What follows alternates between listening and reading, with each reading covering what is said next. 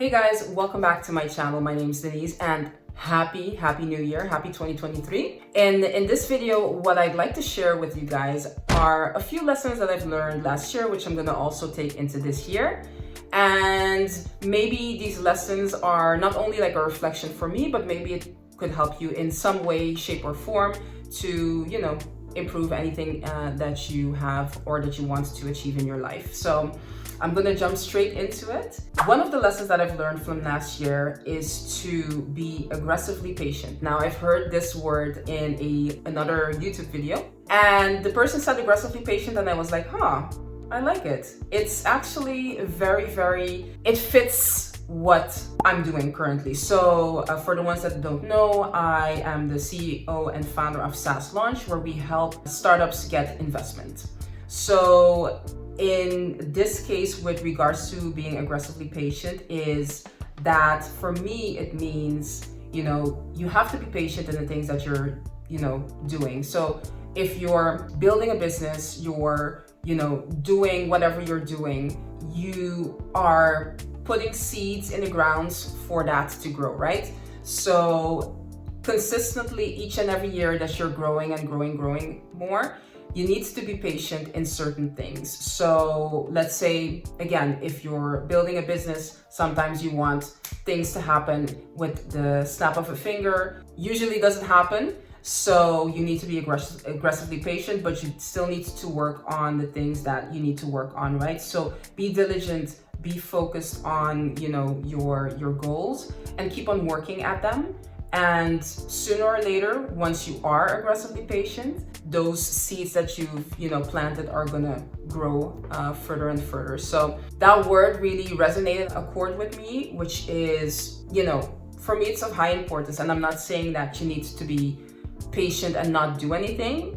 Being aggressively patient, but also working hard and working smart for the things that you want to achieve. So that's one of the things that I'm going to take with me this year. Another lesson that I've learned is for me personally, to have a little bit more balance when it comes to my personal and business life. So I'm a person that's focused on really working diligently, kind of like a military type of mindset. So a friend of mine called me last time, and he said, Denise, you're you have like a military mindset. And I was like, yeah, possibly, because I really am diligent and really consistent with the things that I do, if I feel like it or not. So for me, it's very important to, have a structure in place for me to get to the goals that I want. But in that case, what also happens is that, my scales tip a little bit more to the business side and maybe less to kind of like my personal life, meaning doing fun things with, your partner or your friends or your family and things like that. And I did feel that I was spending a lot of time in the business, which is fine, because again, that's what I like doing. I like to work. I like to make things happen.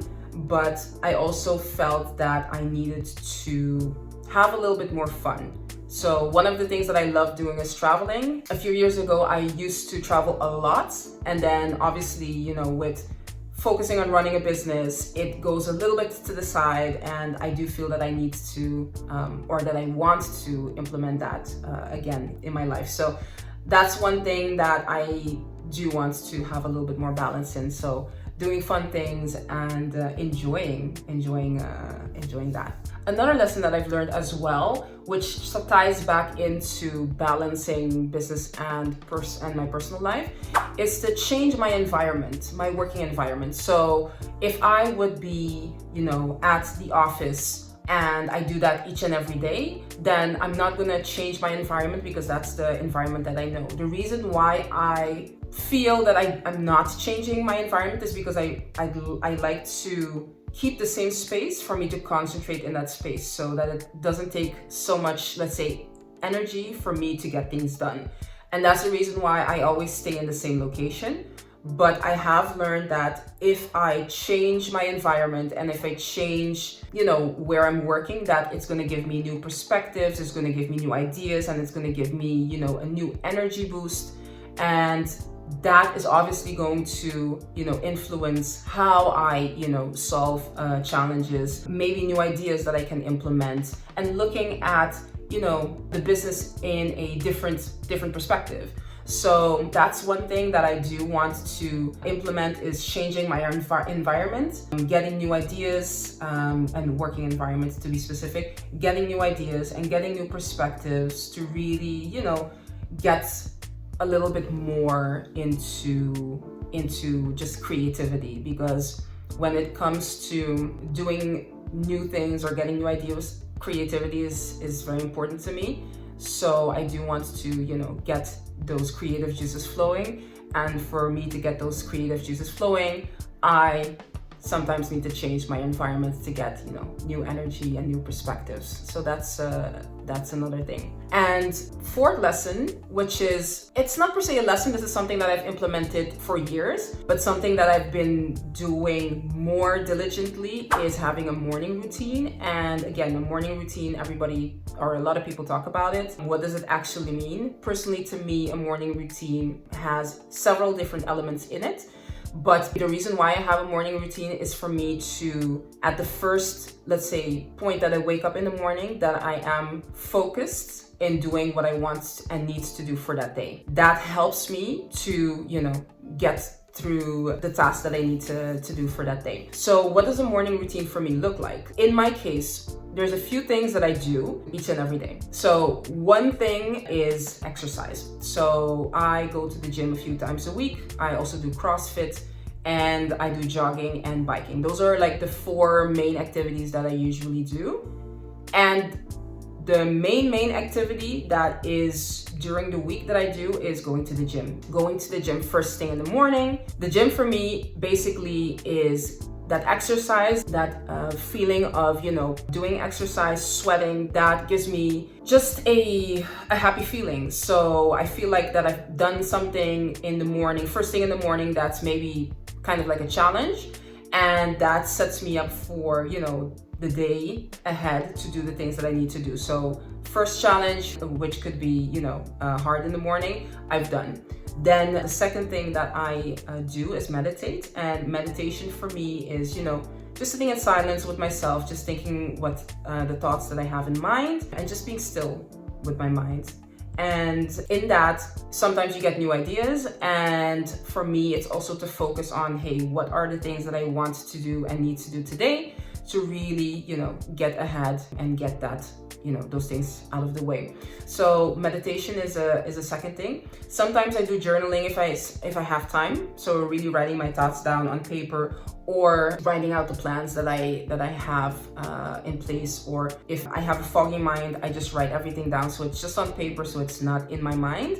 And that gives me obviously focus to do the things that I need to do. So when it comes to the morning routine, I've just been more strict last year on it, just to see like how it would affect myself, how it would affect my mood. And it definitely made a change, because the year before I would do my morning routine, but I wasn't super strict on it with regards to doing it every day. And last year I did it at least 5 to 6 times per week, to make sure that, I have that routine in, and that it just gives me the energy and the confidence that I can, handle the things that I need to handle. So that's basically it. The last lesson that I've learned is for me to take one day off in the week. Now, for the ones that don't know, I work 7 days a week, and it's specifically because I want to make sure that things are handled well, and that, we are growing to the next level. But I've also seen that it's very important for me to just take one day off to just reflect,